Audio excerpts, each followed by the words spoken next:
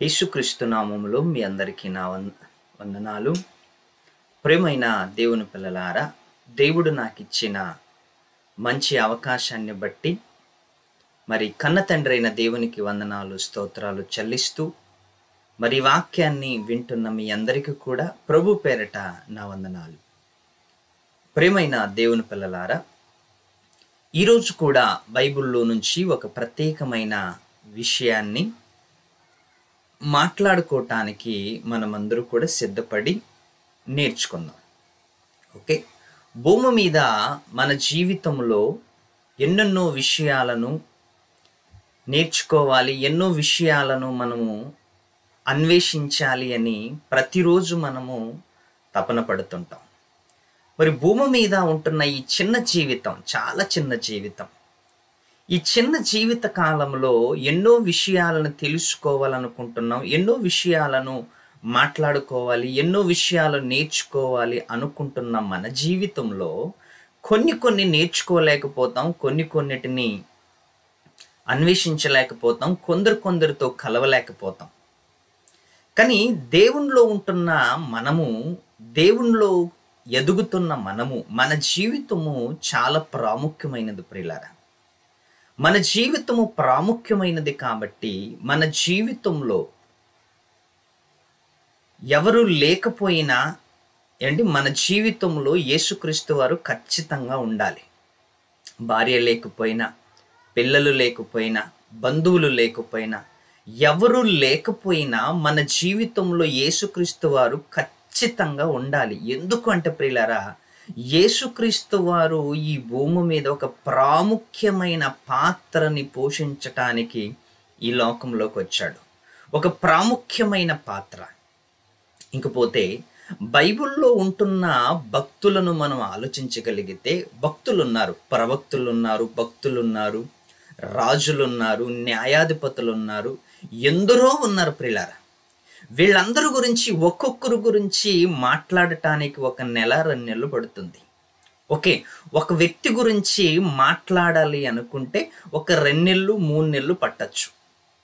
ఒక 2 నెలలు 3 నెలలు పట్టచ్చు. ఆ వ్యక్తి గురించి టోటల్గా ఇన్ఫర్మేషన్ అందించటానికి, ఆ వ్యక్తి గురించి టోటల్గా వివరణ అందించటానికి 1 నెల పట్టచ్చు, 2 నెలలు పట్టచ్చు, 3 నెలలు పట్టచ్చు.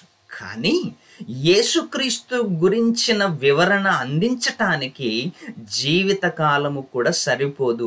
అంత వివరణ యేసుక్రీస్తులో ఉంది. ఏమండి, ప్రవక్తల జీవితాలని అన్వేషించటానికి నెల పట్టచ్చు, 2 నెలలు పట్టచ్చు, 3 నెలలు పట్టచ్చు. కానీ యేసుక్రీస్తు జీవితాన్ని అన్వేషించటానికి, యేసుక్రీస్తు గురించిన మాటలు భూమి మీద చెప్పటానికి మన జీవిత కాలము కూడా సరిపోలేనంత గొప్ప జీవితము యేసుక్రీస్తు వారి జీవితం. మన జీవిత కాలము సరిపోలేనంత, మన జీవిత కాలం అంటే ఎంత? మహా అయితే 60, 70, 80. 60, 70, 70. అధిక బలమున్నాయి 80. అది కూడా ఆయాసము, దుఃఖం. ఆయాసములో, దుఃఖములో వాక్యాన్ని మనం పరిశీలన చేయలేం. కానీ ఉన్న జీవితంలో జీవితకాలం అంతా కూడా పరిశీలన చేసిన తరగని గని ఎవరైనా ఉన్నారు అంటే ఆయన యేసుక్రీస్తు వారు. ఆయనలో నుంచి ఎన్ని నేర్చుకున్న, ప్రతిరోజు నీవు ఆయన గురించి పరిశోధన చేసినా, ప్రతిరోజు ఆయన గురించి నువ్వు పరిశోధన చేసిన కొత్త విషయాలు అందిస్తాడే కానీ ఇంకా సరిపోయింది, ఆయనలో ఇంకేమి లేవు, అయిపోయాయి అన్న విషయాలు ఏముండో ప్రియులారా. ఎందుకంటే మహాశక్తిమంతుడు, మహాత్యాగశీలి.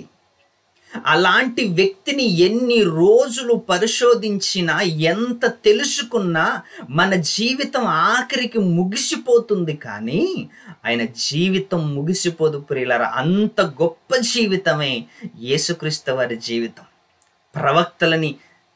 ప్రవక్తల జీవితాలని పరిశోధిస్తే 2-3 నెలల్లో తేల్చచ్చు. భక్తుల జీవితాలని పరిశోధిస్తే 2-3 నెలల్లో తేల్చచ్చు. సువార్థికుల జీవితాన్ని పరిశోధన చేస్తే నెల లోపల తేల్చచ్చు. న్యాయాధిపతుల జీవితాన్ని తేల్చగలిగితే, పరిశోధన చేయగలిగితే వారం నెల రోజుల్లో పట్టచ్చు. రాజుల చరిత్రను చదవగలిగితే మహా అయితే 2-3 నెలల్లో తేల్చేయచ్చు. కానీ యేసుక్రీస్తు జీవితాన్ని పరిశోధించగలిగితే ఎన్ని సంవత్సరాలు పడుతుందంటే మన జీవితము కూడా సరిపోలేనంత కాలం పడుతుంది ప్రియులారా. మన జీవితము కూడా సరిపోలేనంత కాలం పడుతుంది ఆయన జీవితాన్ని పరిశీలన చేయటానికి. ఆయన జీవితం, ఆయన మాట్లాడిన విధానము, ఆయన చేసిన బోధలు, ఆయన చేసిన అద్భుత కార్యక్రమాలు, ఆయన మాట్లాడిన తీరి, ఆయన చేసిన బోధలు, ఆయన చేసిన కార్యక్రమాలు, ఆయన చేసిన పనులన్నీ కూడా ఒకవేళ వ్రాయటానికి మొదలు పెడితే పుస్తకాల రూపములో వ్రాయటానికి మొదలు పెడితే భూలోకము కూడా సరిపోలేనన్ని సంగతులు యేసుక్రీస్తు వారు చెప్పారంట. ఎన్ని సంగతులు? భూలోకము కూడా పట్టలేనన్ని సంగతులు యేసుక్రీస్తు వారు చెప్పారంట. అంత చరిత్ర ఆయన్ని తెలుసుకోవటానికి మన జీవితం కూడా సరిపోదు ప్రియులారా, జీవితం కూడా సరిపోదు. అంత గొప్ప జీవిత చరిత్ర యేసుక్రీస్తు వారి జీవిత చరిత్ర. ఆయన జీవిత చరిత్ర తెలుసుకోవటానికి నీకు నాకున్న 60-70 సంవత్సరాలు సరిపోదు ప్రియులారా. అందుకే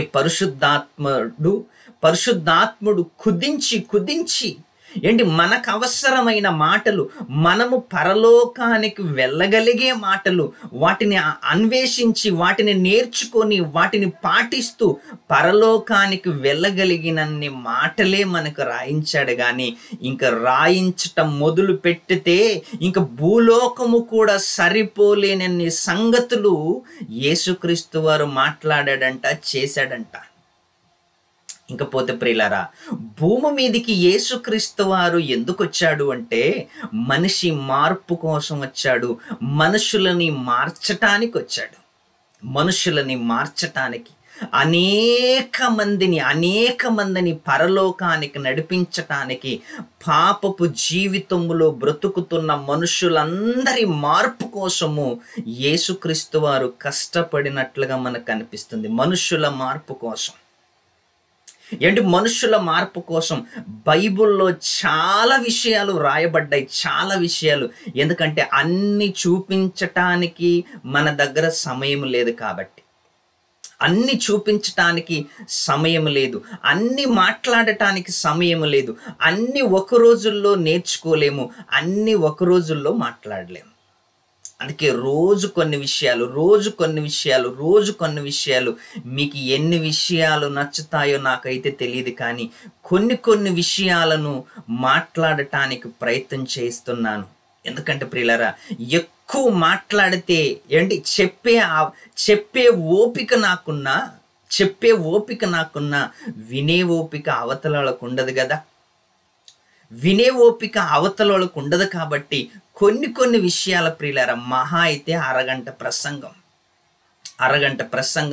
ఈ అరగంట ప్రసంగాన్ని వినటానికి కూడా మన దగ్గర సమయం ఉండదు ఒక్కొక్కసారి. ఎందుకంటే బిజీ కదా ఉంటాం, బాగా బిజీగా ఉంటాం. ఎందుకంటే దేవుడికి సమయం ఇవ్వాలంటే మనకి కష్టం, దేవుడి దగ్గర కూర్చోవాలంటే కష్టం, దేవుడికి సమయం ఇవ్వాలంటే కష్టం. మిగతా వాళ్ళందరికీ సమయం ఇస్తాం, మిగతా వాటన్నిటికీ సమయం ఇస్తాం, అందరికీ సమయం ఇస్తాం. దేవుడికి సమయం ఇవ్వటానికి మన దగ్గర సమయం ఉండదు ప్రియులారా. అందుకే ఎక్కువ టైం కాకుండా తక్కువ సమయంలోనే కొన్ని సంగతులను అందజేయటానికి ప్రయత్నం చేస్తున్నాను ప్రియులారా. యేసుక్రీస్తు వారు భూమి మీద మార్పు కోసం ఎదురు చూస్తున్నాడు. ప్రజలలో మొదటిసారిగా కన్యక గర్భవతి ధరించి కుమారుని కన్న ఆ కుమారుడు యేసుక్రీస్తు వారు. ఈ విషయం అందరికీ తెలుసు. యేసుక్రీస్తు వారు మొదటిసారి భూమి మీదికి వచ్చినప్పుడు ఆయన 33.5 సంవత్సరాలు బ్రతికున్న కాలములో భూలోకములో ఆయన కోరుకున్నది ఒకటే, ఏంటంటే మనుషులందరిలో మార్పు, నీలో మార్పు, నాలో మార్పు, అనేక జనాలలో మార్పు తీసుకురావాలి, అనేక మందిని చైతన్యపరచాలి అని యేసుక్రీస్తు వారు రాత్రి పగులు కష్టపడ్డాడు. రాత్రి పగులు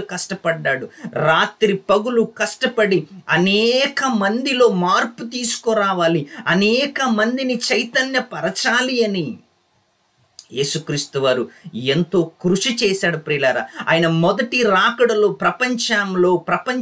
ప్రపంచ మానవాళి పట్ల ఆయన కోరుకున్నది ఒకటే ఏంటో తెలుసా? మార్పు. ఆయన మార్పు కోరుకున్నాడు ప్రియులారా. అందుకే ఒక మంచి మాటని బైబిల్లో మనం చదువుకుందాం. మత్తయి రాసిన సువార్త 18వ అధ్యాయము చూడండి. ఒక చక్కటి మాట బైబిల్లో మనందరికీ తెలిసిన మాటే. మరొకసారి చదువుకుందాం. 18వ అధ్యాయం 1వ వచనం, 2వ వచనం, 3వ వచనం. మత్తయి గారు రాసిన సువార్తలో 18వ అధ్యాయం 1వ వచనం, 2వ వచనం, 3వ వచనంలో, ఆ కాలమున శిష్యులు యేసునొద్దకు వచ్చి పరలోక రాజ్యములో ఎవరు గొప్పవాడని అడగగా, పరలోక రాజ్యములో ఎవడు గొప్పవాడని అడగగా, ఆయన యొక్క చిన్న బిడ్డను తన యొద్దకు పిలిచి వారి మధ్య నిలవబెట్టి ఇట్లనెను, మీరు మార్పు నొంది బిడ్డల వంటి వారైతేనే, మీరు మార్పు నొంది. ఏమండి? యేసుక్రీస్తు వారు మొదటి రాకడలో యేసుక్రీస్తు వారు భూమి మీదకి వచ్చిన మొదటి రాకడలో యేసుక్రీస్తు వారు మనుషుల్లో ఏం కోరుకున్నాడు అంటే మార్పు కోరుకున్నాడు. మీరు బిడ్డల వంటి వారైతేనే అంటున్నాడు. మీరు బిడ్డల వంటి వారైతే అంటే మనిషి బిడ్డల వంటి వాడుగా మారాలి. చూడండి, మరొకసారి చదువుకుందాం ఆ మాటని. మీరు మార్పు నొంది బిడ్డల వంటి వారైతేనే గాని పరలోక రాజ్యములు ప్రవేశింపరని మీతో నిశ్చయముగా చెప్పుచున్నాను. మీరు మార్పు నొంది పరలోకములోకి వెళ్ళాలి అంటే మార్పు నొందాలి. ఏమండి? యేసుక్రీస్తు వారు భూమి మీదకి మొదటి రాకడలో వచ్చిన ఆయన భూమి మీద మార్పు కోరుకుంటున్నాడు. అనేక మందిలో మార్పు కోరుకుంటున్నాడు. ఒకరోజు యేసుక్రీస్తుని చూడాలని ఆశ కలిగి ఉన్న జక్కయ్య జీవితంలో మార్పు చూడగలిగాడు యేసుక్రీస్తు. ఆ రోడ్డు మీద వెళుతుంటే జక్కయ్య గారు చెట్టెక్కి యేసుక్రీస్తుని చూస్తున్నాడు. యేసుక్రీస్తుని చూస్తున్న ఆ దయగల చూపు యేసుక్రీస్తు వారి నిఘా జక్కయ్య పైన పడింది. జక్కయ్య గారి చూపు మార్పు నొందే చూపు. యేసుక్రీస్తు వారి దృష్టి జక్కయ్య పైన పడగానే జక్కయ్య దిగిరా అన్నాడు. ప్రియులారా, మనకు తెలుసు జక్కయ్య దిగిరా అన్నాడు. దిగిరా, ఈరోజు నేను నీ ఇంట్లో భోజనం చెయ్యాలి. ఏంటి? యేసుక్రీస్తు వారు ఆ ఇంటిలో అడుగు పెట్టాడు అంటే జక్కయ్య గారిలో మార్పు వచ్చింది. యేసుక్రీస్తు రెండవ రాకడలో సమాజములో మార్పు కోరుకున్నాడు. మార్పును చూడాలనుకున్నాడు ప్రియులారా. అందులో జక్కయ్య మారాడు. యేసువారు చూశారు. జక్కయ్య మార్పుని యేసుక్రీస్తు వారు చూశారు. రెండవ మార్పు సమరయ స్త్రీ. సమరయ స్త్రీ తాను చేసినవన్నీ కూడా యేసుక్రీస్తు వారు తనతో చెప్పాడు అని మారిపోయింది ప్రియులారా. తనతో చెప్పాడు అని మారిపోయింది స్త్రీ. ఊర్లోకి వెళ్ళి అనేక జనాన్ని తీసుకొచ్చి యేసుక్రీస్తు వారి ముందు నిలువబెట్టింది. యేసువారి బోధించాడు. అనేకులు ఆ రోజు మార్పు చెందారు. ఒక సమరయ స్త్రీ మారింది. ఆమె మారటం ద్వారా అనేక మందిని మార్చటానికి అవకాశం కల్పించింది. అవకాశం కల్పించింది. చూసారా, ఒక వ్యభిచారం చేయబడ్డ స్త్రీని రాళ్ళతో కొట్టి చంపాలని అనేక మంది ఆమెని యేసుక్రీస్తు దగ్గరికి తీసుకొచ్చారు. చూసారా, యేసుక్రీస్తు వారు మొదటి రాకడలో మార్పు కోరుకుంటున్నాడు. అనేక మందిలో మార్పు కోరుకుంటున్నాడు. ఒక స్త్రీని యేసుక్రీస్తు దగ్గరికి తీసుకొచ్చారు. అప్పుడు ఏమన్నారంటే, ధర్మశాస్త్రములో వ్యభిచారము చేయుచుండగా పట్టబడిన స్త్రీని రాళ్ళతో కొట్టి చంపమని బైబిల్లో, గ్రంథములో, ధర్మశాస్త్రములో రాయబడి ఉన్నది కదా, మరి మీరేమంటారు ప్రభువా అని యేసుక్రీస్తుని అడిగారు వాళ్ళు. మీరేమంటారు? అప్పుడు యేసుక్రీస్తు ఏమన్నాడు తెలుసా? మనందరికీ తెలుసు ఏంటంటే, మీలో ఎవరైనా పాపము చెయ్యని వాడు ఉంటే మొదటిగా రాయి వెయ్యాలి అన్నాడు. మొట్టమొదటిగా రాయి వెయ్యాలి. మొదటి రాయి వెయ్యాలి. ఏమండి, అందరూ రాళ్ళు కిందకి పడేశారు. రాళ్ళు చేత పట్టుకున్న వాళ్ళందరూ రాళ్ళు కిందకి పడేసి ఒకడెనక ఒకడు అందరూ వెళ్ళిపోయారు. చివరికి యేసుక్రీస్తు వారు ఒక్కడే మిగిలాడు. వ్యభిచారం పట్టబడ్డ స్త్రీ అక్కడే ఉంది. ఏమండి, అందరూ వెళ్ళిపోయారు. అప్పుడు యేసుక్రీస్తు వారు ఆమెతో ఏమంటున్నాడు తెలుసా? అమ్మా, ఎవరు నీ మీద రాయి వేయలేదు కదా, నేను కూడా వేయనమ్మా. కానీ ఇంక ముందు పాపము చెయ్యకుండా మంచిగా బ్రతకమ్మా, మార్పు చెంది చక్కగా బ్రతకమ్మా అని యేసుక్రీస్తు వారు ఆమెని పంపించినట్లుగా మనకి ఆ సందర్భాలలో కనిపిస్తుంది. ఆ సందర్భాలలో ఆమెని పంపించినట్లుగా నువ్వు మారాలమ్మా అని ఆమెని మార్పు చెందేలాగా చేసి యేసుక్రీస్తు వారు పంపించారు. ఆమెని వెళ్ళిపోయింది, మారింది. ఒక జక్కయ్య మారాడు, ఒక సమరయ స్త్రీ మారింది. ఒక వ్యభిచారమందు పట్టబడ్డ స్త్రీ మారింది. యేసుక్రీస్తు మొదటి రాకడలో మార్పు కోరుకున్నాడు. ఎన్నో విషయాలు, ఎన్నో బైబిల్లో ఉన్నాయి. యేసుక్రీస్తు వారు మొదటి రాకడలో మార్పు కోరుకున్నాడు. యేసుక్రీస్తు వారు రెండవ రాకడలో తీర్పు కోరుతున్నాడు. మొదటి రాకడలో మార్పు కోరుకుంటే యేసుక్రీస్తు వారు రెండవ రాకడలో మార్పు కాదు, మనుషులకు తీర్పు చేయటానికి వస్తున్నాడు ఆయన. మొదటి రాకడలో ఒక గొర్రెపిల్ల స్వభావముగా లోక పాపాలు మోసుకొని పోవుచున్న దేవుని గొర్రెపిల్ల అని మాటలు మనకి వినిపిస్తున్నాయి బైబిల్లో. లోక పాపాలను మోసుకొని పోతున్న దేవుని గొర్రెపిల్ల. గొర్రెపిల్ల అనగానే మన వాళ్ళకి ఎలాగర్థమైందంటే యేసుక్రీస్తు వారి చంకలో ఒక గొర్రెపిల్లను పెట్టడం, చేతిలో ఒక కర్రను పెట్టడం, గొర్రెలకి కాపరి ఎలా ఉంటాడో అలా పిక్చర్ చేసి ఈరోజు అనేక ఫొటోస్ మనకు అందుబాటులో ఉంటాయి. యూట్యూబ్లో ఒకసారి చూడండి, గూగుల్లో ఒకసారి సెర్చ్ చేయండి. యేసుక్రీస్తు వారి ఫోటోలు రాగానే ఒక చంకలో ఒక గొర్రె పిల్ల, చేతులో ఒక కర్ర. గొర్రెంటే ఆ గొర్రె కాదు నాయన, నీవే ఒక గొర్రె.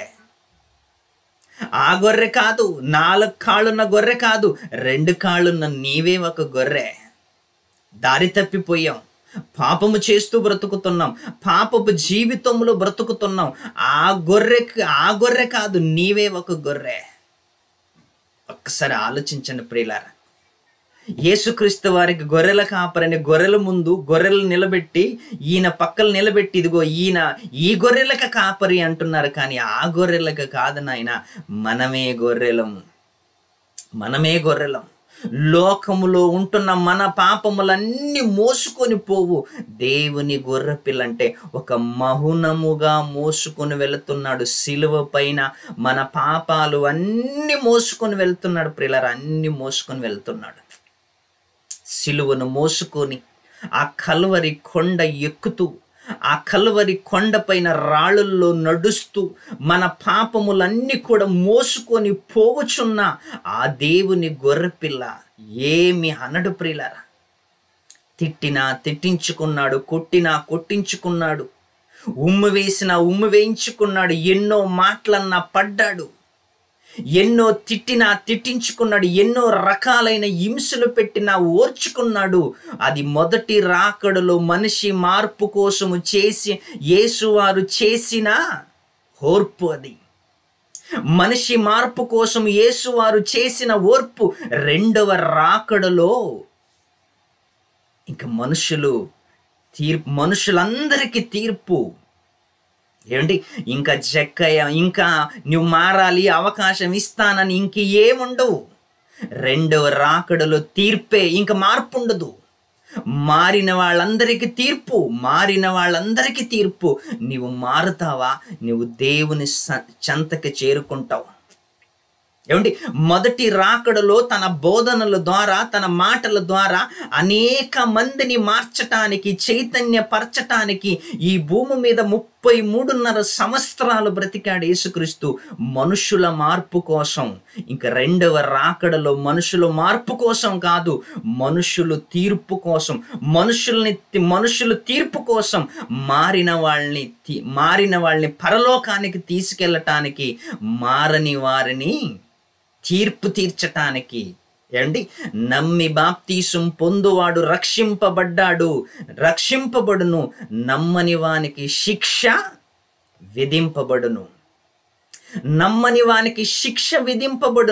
నమ్మిన వాడికి రక్షణ, నమ్మని వాడికి శిక్షణ.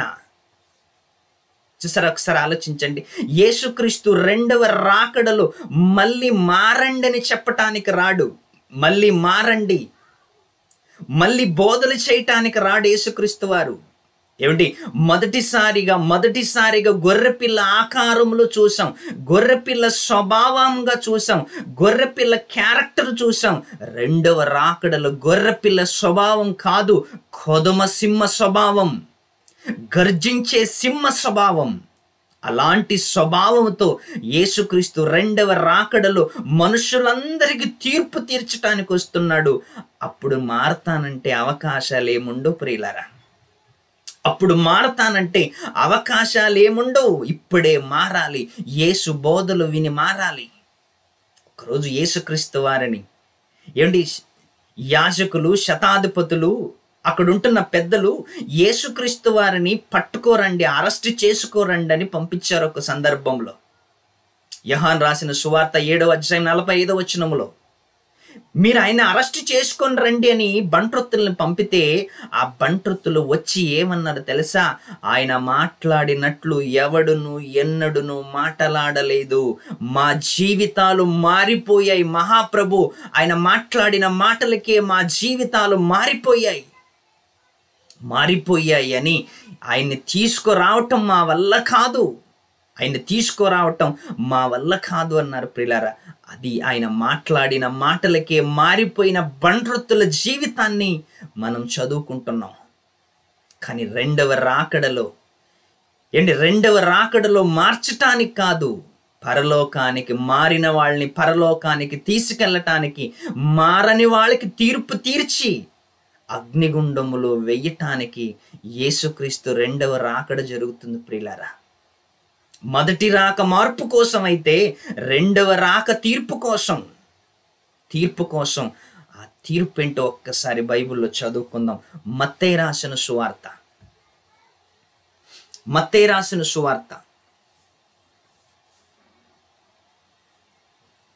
25వ అధ్యాయం, మత్తయి రాసిన సువార్త 25వ అధ్యాయం 31, 32, 33 చక్కటి మాటలు బైబిల్లో మనం చదువుకుందాం.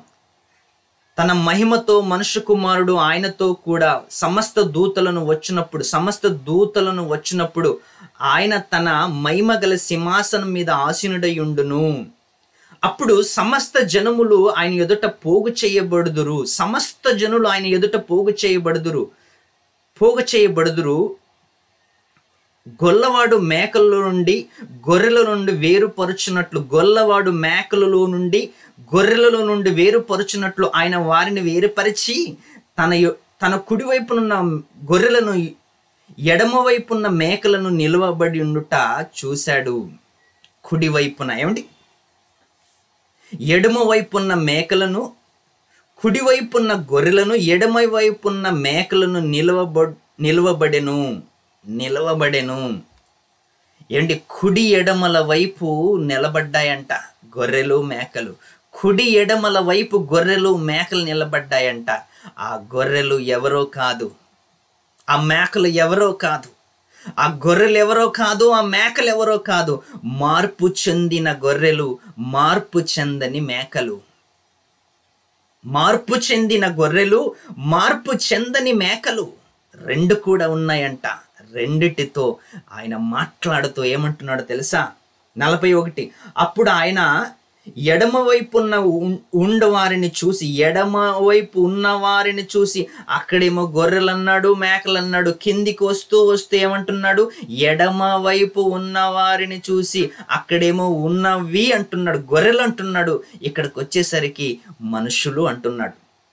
అప్పుడు ఆయన ఎడమవైపున్న ఉండు వారిని చూసి, శపింపబడిన వారలారా, నన్ను విడిచి అపవాదికిని వాని దూతలకును సిద్ధపరచబడిన నిత్యాగ్ని లోనికి పోవుడి. శపింపబడిన వారలారా. తీర్పు ఎవరికి తీరుస్తున్నాడు తెలుసా? దేవుని కోసము బ్రతకని వాళ్ళకి, దేవుని కోసము బ్రతకని వాళ్ళకి, దేవుని కోసము జీవించిన వాళ్ళకి యేసు సమాజంలో మార్పు కోరుకుంటున్నాడు. గొర్రెలు మార్పు నొందాయి, తండ్రి చేత ఆశీర్వదింపబడ్డాయి, పరలోకానికి వెళతాయి. ఏమిటి? మేకలు, మార్పు చెందని మేకలు నిత్యాగ్ని దండనకు పోండి అంటున్నాడు. ప్రియులారా, ఒక్కసారి మీరు ఆలోచించండి. యేసువారు చేసిన త్యాగం, యేసువారు సమాజములో మార్పు ఎందుకు కోరుకుంటున్నాడు అంటే, తన మొదటి రాకడలో అనేకులలో మార్పు చూడాలనుకున్న యేసుక్రీస్తు వారు రెండవ రాకడలో గర్జించు సింహము వలె తన దూతలతో ఈ లోకానికి వస్తున్నప్పుడు ప్రచండమైన శబ్దములు, ప్రచండమైన ధ్వనులతో ఈ లోకములో ప్రవేశిస్తున్నప్పుడు ఆయన గర్జించు సింహము వలె ఈ లోకములోకి వస్తున్నప్పుడు మార్పు నొందిన వాళ్ళని పరలోకానికి తీసుకెళ్తాడు. మార్పు లేని వారిని, వాని దూతలకు విధింపబడిన నిత్యాగ్ని దండన. వాడు అంటే ఎవరు తెలుసా? అపవాది. వాడికి వాని దూతలకి సిద్ధపరచబడిన నిత్యాగ్ని దండన తీర్పు. అందులోకి వెళ్ళండి అని యేసుక్రీస్తు వారు చెప్తున్నారు. అంటే రెండవ రాకడలో మార్పు కోసం కాదు, తీర్పు కోసం వస్తాడన్నమాట. మనుషులందరికీ తీర్పు తీర్చడానికి వస్తాడన్నమాట. చాలా జాగ్రత్తగా ఉండాలి సుమా, చాలా జాగ్రత్తగా ఉండాలి. మొదటి రాకడలో వచ్చాడు మార్పు కోసం. అందుకే ఈరోజు మనం అందరూ మారాలి. కుటుంబము సైతంగా మారాలి. అందరికి వాక్యం రావాలి. అందరూ దేవుని పట్ల నమ్మకంగా ఉండాలి. అందరూ దేవుడి పట్ల విశ్వాసం కలిగి ఉండాలి. భయభక్తితో బ్రతకాలి ప్రియులారా. ఎందుకంటే ఈ లోకములో భయము భక్తితో మనం బ్రతికే అవకాశం, ఇదే అవకాశం. చచ్చిపోయిన తర్వాత మారాలనుకుంటే, చచ్చిపోయిన తర్వాత బోధ వినాలనుకుంటే అక్కడే అవకాశాలు ఉండవు. ఇక్కడే అవకాశాలు ఉంటాయి. మారాలన్నా, వాక్యం వినాలన్నా, ప్రార్థన చేసుకోవాలన్నా, సువార్త చేయాలన్నా, దేవుడి కోసం త్యాగం చేయాలన్నా, దేవుడి కోసం ఖర్చు పెట్టాలన్నా అన్నీ ఇక్కడే అవకాశాలు ఉన్నాయి. ఇక్కడున్న అవకాశాలు మళ్ళీ ఎక్కడ లేవు మనకి ప్రియులారా, మళ్ళీ ఎక్కడ లేవు. అందుకే ఇక్కడ ఈ అవకాశాన్ని సద్వినియోగం చేసుకో. దేవుని కోసం బ్రతుకు, సువార్తలో బయలుదేరు, సువార్తను ప్రకటించు, దేవుని కార్యక్రమాల్లో పాలిభాగస్తుడవ్వు. ఆయన రెండవ రాకడలో జరిగింది, ఆయన రెండవ రాకడంటూ జరిగితే అప్పుడు జనాలు మార్పు కోసం చూడడాయన, జనాలు తీర్పు కోసమే, జనాలకి తీర్పు తీర్చడానికి వస్తున్నాడు. తీర్పు తీర్చి బ్రతకని వాళ్ళకి నరక శిక్షణ, బ్రతికిన వాళ్ళకి, దేవుడి కోసం బ్రతికిన వాళ్ళకి స్వర్గం, పరలోకం. ఆ పరలోకానికి వెళ్ళటానికి మనం అందరూ సిద్ధంగా ఉండాలి, సిద్ధపడాలి. ఈ లోకంలో ఆలోచించండి ప్రియులారా. యేసుక్రీస్తు వారి మొదట రాక ఎందుకు జరిగింది? మనుషుల మార్పు కోసం. మరి రెండవ రాక ఎందుకు జరుగుతుంది? మనుషుల తీర్పు కోసం, మనుషులందరికీ తీర్పు తీర్చటానికి. ఎడమ వైపు ఉన్న వారికి, కుడివైపులు ఉన్న వారికి ఇద్దరికి తీర్పు తీర్చి ఎవరిని ఎక్కడ పంపాలో అక్కడ పంపుతాడు ప్రియులారా. ఎందుకంటే గర్జించు సింహము వలె ఉంటాడు ఆయన. అప్పుడు మళ్ళీ మరియమ్మ కుమారుడుగా, మొదటి రాకడలో మరియమ్మ కుమారుడు, రెండవ రాకడలో దైవ కుమారుడు 3 లోకాలపైన అధికారం కలిగిన మహానాయకుడు ఆయన నాయకుడుగా ఉన్న ఆయన మళ్ళీ రెండవ రాకడలో మనుషుల తీర్పు కోసం వస్తున్నాడు. మనుషులందరికీ తీర్పు తీర్చడానికి వస్తున్నాడు ప్రియులారా. అందుకే దయచేసి మారుదాం, మారినట్లుగా నటించకూడదు. మారుదాం, మార్పి మనల్ని మనం మార్చుకొని దేవుని సన్నిధిలోకి వెళ్ళాలని కోరుకుంటూ ఈ సమయాన్ని ముగిస్తూ సెలవు తీసుకుంటాను. అందరికీ వందనాలు. సెలవు.